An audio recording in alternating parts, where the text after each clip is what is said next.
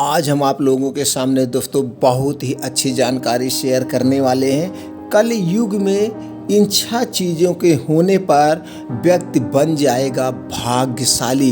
वो कौन सी 6 चीज़ें हैं जिससे आदमी भाग्यशाली बन जाएगा, आज हम इस वीडियो में वो जानकारी शेयर करने वाले हैं। दोस्तों, जानकारी लेने के पहले अगर चैनल को सब्सक्राइब नहीं किए हैं तो चैनल को सब्सक्राइब करके बेल आइकॉन का बटन ऑन कर दीजिए। इसी तरह से हम एक से एक जानकारी अपने चैनल पर अपलोड करते रहते हैं। सारी वीडियो की सारी जानकारी आप तक पहुंचती रहे, इसके लिए बेल आइकॉन का बटन ऑन कर दीजिए, जिससे नोटिफिकेशन तुरंत आपके मोबाइल पर आ जाए और वो जानकारी सबसे पहले आप ग्रहण कर लें। तो चलिए दोस्तों शुरू करते हैं। 5वां वेद माने जाने वाले भारत के सभी पात्रों की अपनी एक अलग अलग विशेषता थी। मसलन किसी के पास 10,000 हाथियों का बल था, तो किसी के पास तेज दिमाग और कूटनीति, तो वहीं कोई वेद शास्त्रों और धर्म नीति का ज्ञाता था। अपने अपने इन्हीं गुणों के कारण उन्हें समाज में सम्मान प्राप्त था। इन सभी पात्रों में से एक नाम ऐसा था जिनकी बुद्धिमत्ता और ज्ञान को आज भी पूजा जाता है। महात्मा विदुर नीति के महान ज्ञाता और दूरदर्शी थे। महात्मा विदुर नीति के महान ज्ञाता और दूरदर्शी थे, इसीलिए हम इसको 2 बार रिपीट किए हैं। उन्हें संपूर्ण वेदों और शास्त्रों का ज्ञान था। उनकी नीति आज भी लोगों को सही राह दिखाने का काम कर रही है। विदुर के अनुसार 6 चीज़ें ऐसी हैं जिनके पास होने पर कोई व्यक्ति संसार के सभी सुखों का भोग पाता है, सभी सुखों को भोग पाता है। इन 6 चीज़ों को हासिल करने वाले व्यक्ति इन 6 चीज़ों को हासिल करने वाले व्यक्ति को ही वास्तव में भाग्यशाली कहा जाता है। तो आइए हम आज आपको बताते हैं आखिर में वो कौन सी 6 चीज़ें हैं जिनके होने से किसी भी इंसान का भाग्य चमक सकता है, उसकी तकदीर बदल सकती है और वह धरती के सभी सुखों को भोगता है। वो सबसे सुखी इंसान बन जाएगा इस पृथ्वी का। वो हम आज यहाँ पे जानते हैं। पहला है ज्ञान। विश्व में मनुष्य के पास ज्ञान ही एकमात्र ऐसा धन है जिसे कोई चुरा भी नहीं सकता है और चाहकर भी बांटवारा नहीं कर सकता है। इसे ना तो चुराया जा सकता है, ना तो छीना जा सकता है, ना तो झपटा जा सकता है, और आदमी के ज्ञान को ना तो बांटा जा सकता है। यह एक ऐसा ही ज्ञान है जिसका कोई बंटवारा नहीं होता है, इसलिए ज्ञान सबसे ज़्यादा महत्वपूर्ण है। शास्त्रों में इस बात का वर्णन है कि ज्ञान ही इंसान की सबसे बड़ी दौलत है। व्यक्ति का ज्ञान सदैव उसके लिए विपरीत समय में एक हथियार की भांति कार्य करता है और हमेशा व्यक्ति के साथ ही रहता है।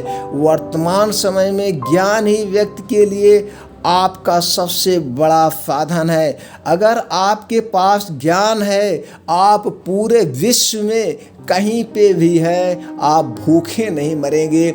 आप अपना ज्ञान, अपना उपदेश किसी को देंगे और उसके आपके पैसे मिलेंगे। एग्जाम्पल के लिए, अगर आप बहुत बड़े मैथ के ज्ञाता हैं, आपको मैथ बहुत ज़्यादा आती है, तो आप पूरे विश्व में कहीं भी पे रहेंगे, किसी एक को आपने मैथ पढ़ा दिया और उसको समझ में आ गया, तो दोस्तों आप वहीं घर बैठे बैठे पैसे कमा सकते हैं। ज्ञान ऐसी चीज़ है, किसी भी क्षेत्र में आप अपनी किस्मत चमका सकते हैं। किसी भी क्षेत्र में आप एक ज्ञान को हासिल करके अपने आप को दुनिया का सबसे धनवान आदमी बना सकते हैं। इसलिए ज्ञान आदमी के पास होना बहुत ज़रूरी है। दूसरा है आय का साधन।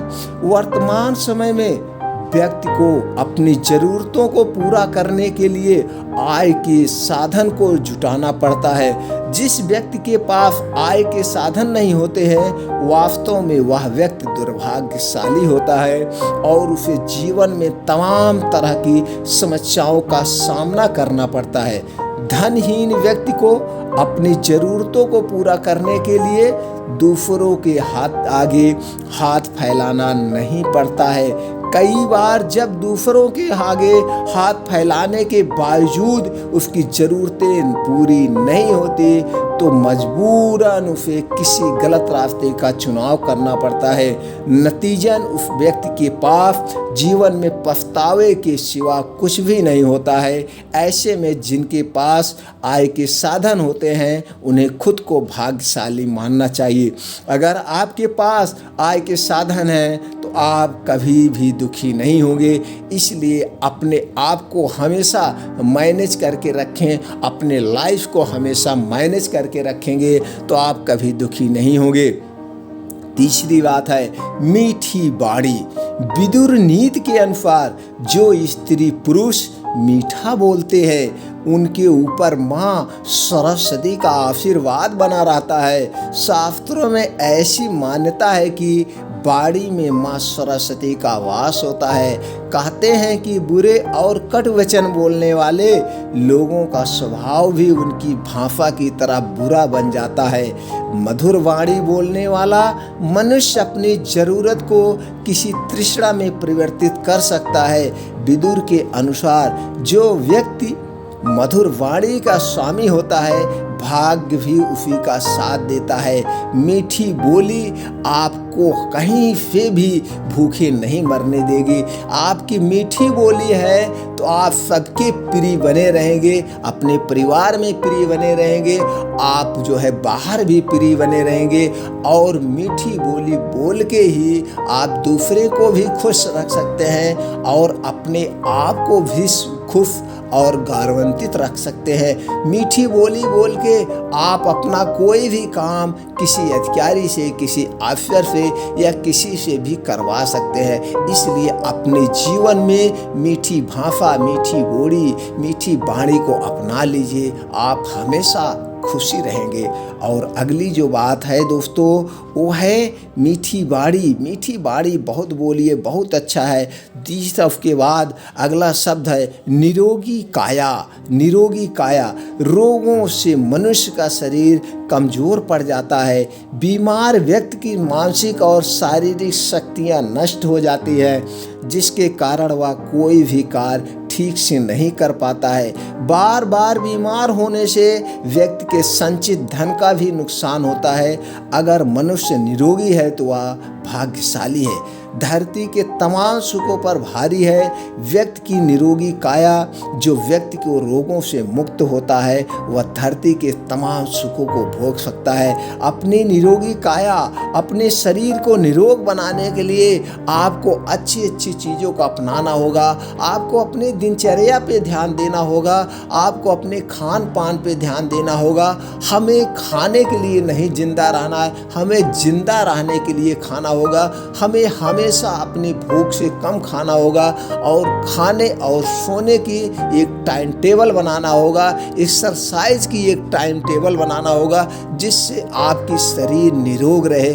जब आपकी शरीर निरोग रहेगी तो आप हमेशा स्वस्थ रहेंगे और जो है आपका धन की बचत होगी। नहीं तो आप रोगी रहेंगे तो आपके सारे पैसे आपके इलाज में खर्च हो जाएगा और आपका शरीर एक मुरझाया हुआ हमेशा सा रहेगा। इसलिए आप अपने निरोग शरीर पे भी काम करना होगा। अगली बात जो है अच्छे आचरण वाली स्त्री। अच्छे आचरण वाली स्त्री, दोस्तों बहुत ध्यान से सुनिएगा। कहते हैं कि एक सफल इंसान के पीछे एक स्त्री का हाथ होता है। एक स्त्री यदि चाह ले तो किसी के घर को स्वर्ग या नर्क में तब्दील कर सकती है। अच्छे स्वभाव और अच्छे आचरण वाली स्त्री घर के पूरे माहौल को खुशनुमा बनाए रखती है, जिस कारण घर में सुख समृद्धि और प्रेम कायम रहता है। जिस व्यक्ति के पास ऐसी धर्म पत्नी होती है वह व्यक्ति वास्तव में भाग्यशाली होता है। इन गुणों को धारण करने वाली स्त्री परिवार को साथ साथ लेकर चलने में विश्वास रखती है। उसके इन्हीं गुणों के कारण परिवार में एकता कायम रहती है। अच्छे आचरण वाली स्त्री घर में लक्ष्मी के समान होती है और उसके यहाँ धन ऐश्वर्य और प्रेम बना रहता है। जिस घर में अच्छी स्त्री होती है, गुणवान स्त्री होती है, एकदम सद्भाव वाली स्त्री होती है, सबके साथ मेल जोल बना के रहने वाली स्त्री होती है, उनके घर में माँ सरस्वती का वास होता है, उनके घर में माँ लक्ष्मी का वास होता है, उनके घर में सभी देवताओं का वास होता है। उसके पीछे का कारण ये है कभी उनके घर में झगड़े लड़ाई नहीं होते हैं, और जिस घर में झगड़े लड़ाई नहीं होते हैं वो घर एक संस्कारी घर होता है, वो घर एक स्वर्ग वाला घर होता है। और जो स्वर्ग वाला घर होता है जहाँ लड़ाई झगड़े नहीं होते हैं वहीं देवी देवताओं का भी वास होता है, वहीं सभी चिड़िया पंछियों का भी वास होता है, क्योंकि सबको सुख शांति चाहिए। इसलिए दोस्तों अच्छी स्त्री का होना और हर एक औरत हर एक स्त्री अच्छी स्त्री बन सकती है अपने गुणों से, अपने व्यक्तित्व से, इसलिए इसका भी बहुत ज़्यादा रोल है। उसके बाद अगला है आज्ञाकारी संतान। हर दंपत्ति की कामना होती है कि उसके संतान आज्ञाकारी और उसके कुल का नाम रोशन करने वाली हो। विदुर ने आज्ञाकारी संतान की तुलना उस सुगंधित पुष्प से की है जो समस्त उपवन को अपनी खुशबू की महक देता है। वहीं अगर संतान आज्ञाकारी ना हो तो समस्त कुल का नाश कर देती है। ऐसे में जिनकी संतान आज्ञाकारी होती है वह वकाई सुखी और भाग्यशाली होता है। इसलिए संतान जो है उसको ऐसी शिक्षा दीजिए कि वो संतान एक दूसरे को हमेशा सहयोग की भावना से देखे, एक दूसरे को हमेशा प्रेम की भावना से देखे, एक दूसरे को हमेशा जो है अपनत्व की भावना से देखे, और वह दूसरों की भलाई करने वाली भावना उसके अंदर आप व्यक्त कर दीजिए, उसके अंदर आप डाल दीजिए। जब ऐसे संतान जिस घर में होगी वो संतान स्वर्ग वाला घर होगा, और वो संतान आने वाली वो पीढ़ी कभी दुखी नहीं होगी। इसलिए अपने बच्चों को एक आज्ञाकारी बच्चा बनाएं, अपने बच्चों को एक शिष्टाचार सिखाएं जिससे वो कभी अपने जीवन में दुखी ना हो। ये हर एक माता पिता का कर्तव्य होता है। इसलिए वो ऐसी अपने बच्चों को शिक्षा दें तो कभी दुखी नहीं होंगे। कलयुग में अगर इन सब बातों पे ध्यान दे करके काम किया जाए तो गाँव में, घर में, पूरे भारत में सब लोग सुखी रहेंगे। किसी एक घर में लड़ाई नहीं होगी, किसी के घर में लड़ाई नहीं होगी, कोई किसी का बुरा नहीं सोचेगा, सब एक दूसरे के सहयोग की भावना से रहेंगे। जब कोई किसी का बुरा ही नहीं सोचेगा और कोई किसी का बुरा ही नहीं करेगा तो पूरे देश में, पूरे समाज में बुराई नाम की चीज़ खत्म हो जाएगी और एक स्वस्थ भारत, नेक भारत की स्थापना होगी, जो हमारे सरकार और हमारा आपका एक मिशन होना चाहिए।